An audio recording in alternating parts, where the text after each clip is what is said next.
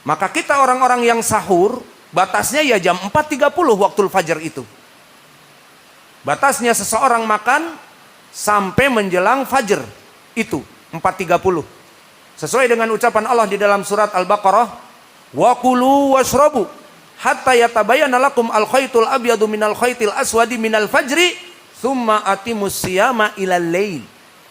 Yang maknanya, makanlah dan minumlah dari sahur kalian sampai jelas di ufuk timur fajar yang kedua, yakni adzan fajar berkumandang. Maka tahanlah selesai dari sahur, batasnya seperti itu. Kemudian sempurnakan puasa kamu sampai kepada maghrib. Maka di sini dari contoh sunnah melaksanakan sahur. Kemudian di era now, sebelum fajar 4.30, seperempat jam, 10 menit atau 20 menit, 4.20, 4.15, di masjid-masjid ada yang berkata imsak, imsak. Iya apa tidak?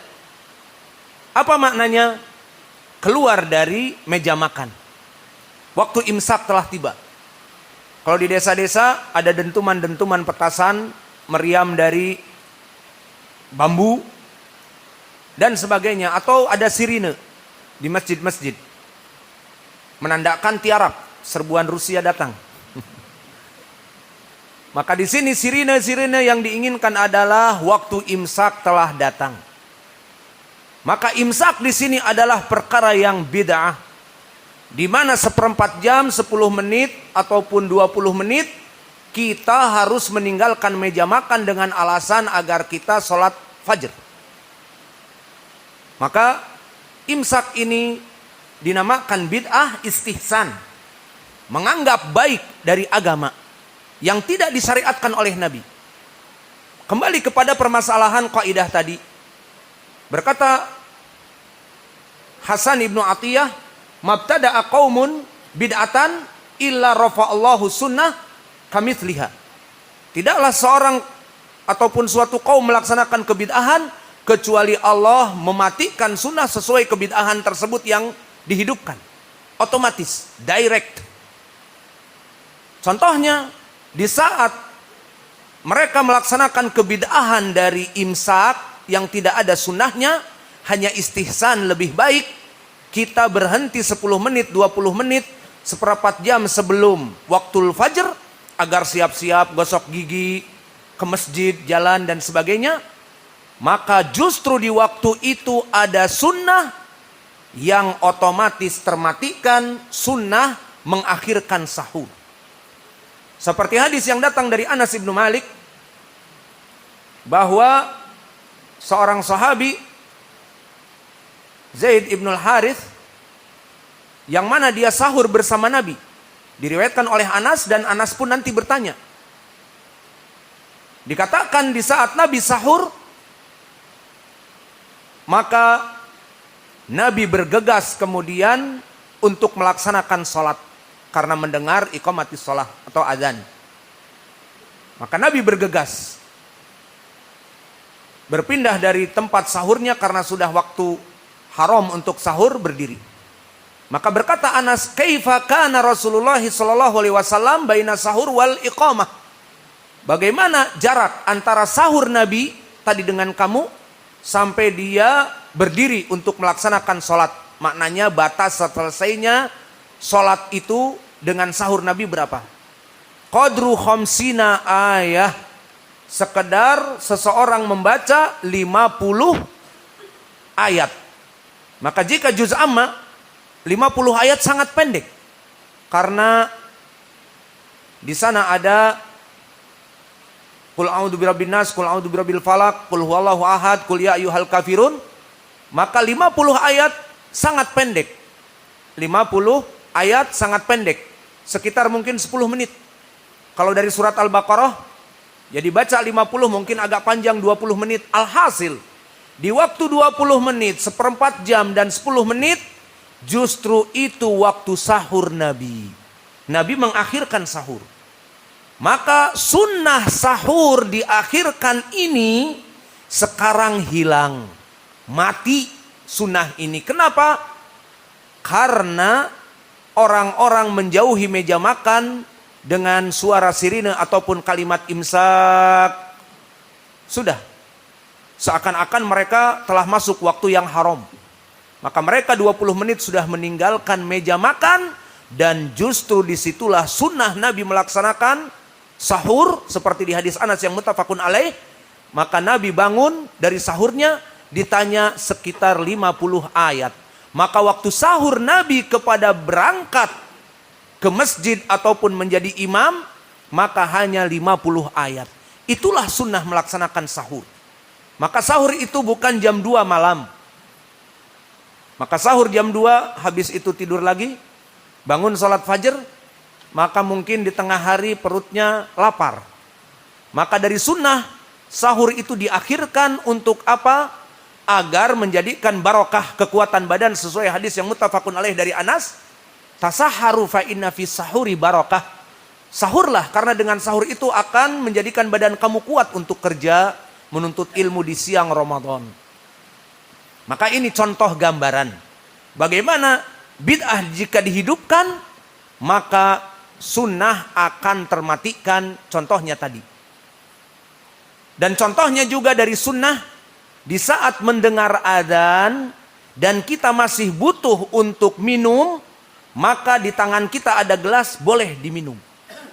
Itu hadis yang sahih, datang dari berbagai sahabat, mulai dari Abi Hurairah yang rajih mauquf, dan datang dari Abi Umamah, dan datang dari kisah Umar, yang mana semuanya menceritakan ucapan Nabi, idza sami'a ahadukumun nida wal ina fi yadi ahadikum fala yada'ha hatta yaqdi hajatahu, hatta an yaqdiya hajatahu. Jika seseorang dalam keadaan mendengar adzan, Allahu Akbar, dan dia masih di tangannya ina, ada sop, ada air minum, maka jangan dibuang yang ada di tangannya dan di mulutnya, Allahu Akbar. Tidak, tapi diminum, dan bahkan yang di tangannya diminum selama dia masih membutuhkan. Maka hadis ini hadis yang sahih li ghairi, disahihkan oleh Syekh Al-Albani dan Syekh kami Muqbil dari berbagai jalan, dari Abi Hurairah yang rajih mauquf, dari Hasan Al-Basri yang mursal, dari Abi Umamah, dan kisah Umar. Berkata Abu Umamah, Umar sahur dan dia belum minum. Dan di tangannya ada ina. Dia bertanya kepada Nabi, ya Rasulullah, asrabuha? Kata Nabi, isrob, minumlah. Maka diminum sampai adzan selesai.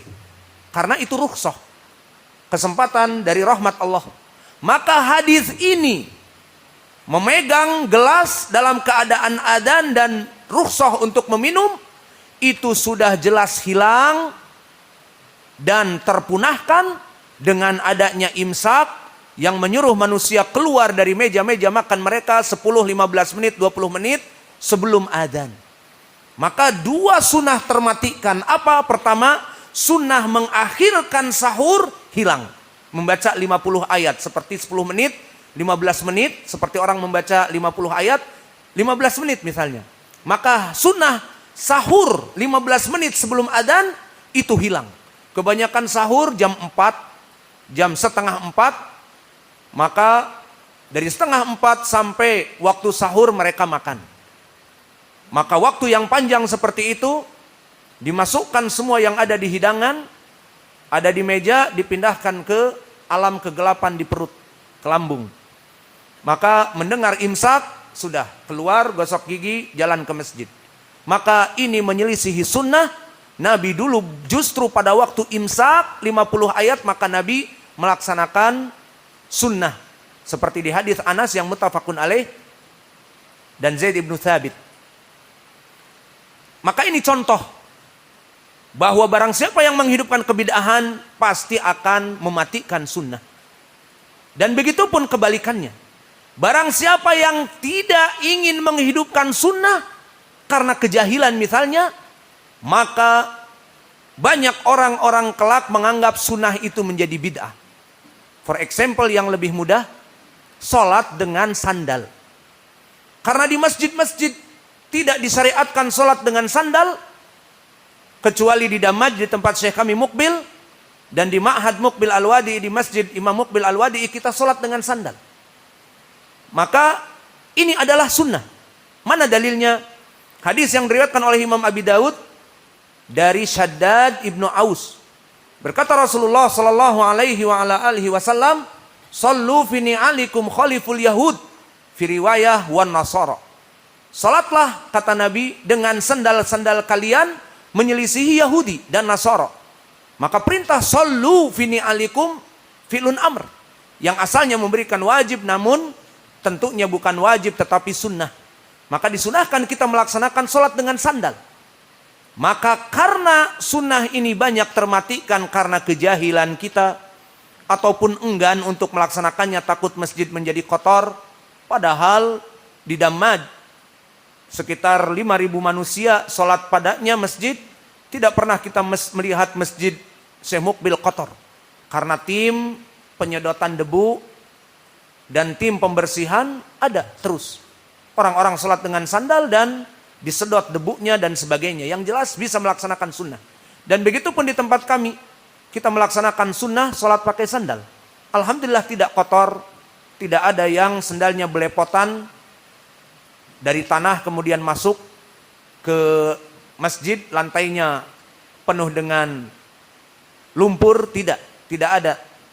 Yang bisa melaksanakan sunnah, ya melaksanakan sunnah, sandalnya bersih, tidak berlumpur dan kotor karena ada sunnahnya untuk dibersihkan. Alhasil sunnah ini karena banyak tidak dilakukan dengan takut karpetnya kotor, lantainya kotor di kebanyakan masjid, sehingga di saat di suatu masjid ada yang melaksanakan sunnah ini, maka langsung mungkin akan dilempar sandalnya dan orangnya dilempar. Itu sholat dengan sandal, lihat. Wah, keluarkan. Diangkut, dikeluarkan. Padahal lagi sholat. Kenapa? Karena sunnah ini sudah dianggap bid'ah. Sunnah melaksanakan sandal menjadi bid'ah, menjadi diingkari dan dipungkiri karena kebodohan yang merata atas sunnah ini. Maka ini gambarannya dari ucapan Hasan ibnu Atiyah. Maka kembali kepada permasalahan, maka wahai ahlu sunnah, kita dituntut untuk menghidupkan sunnah-sunnah yang termatikan, terpunahkan semampu mungkin.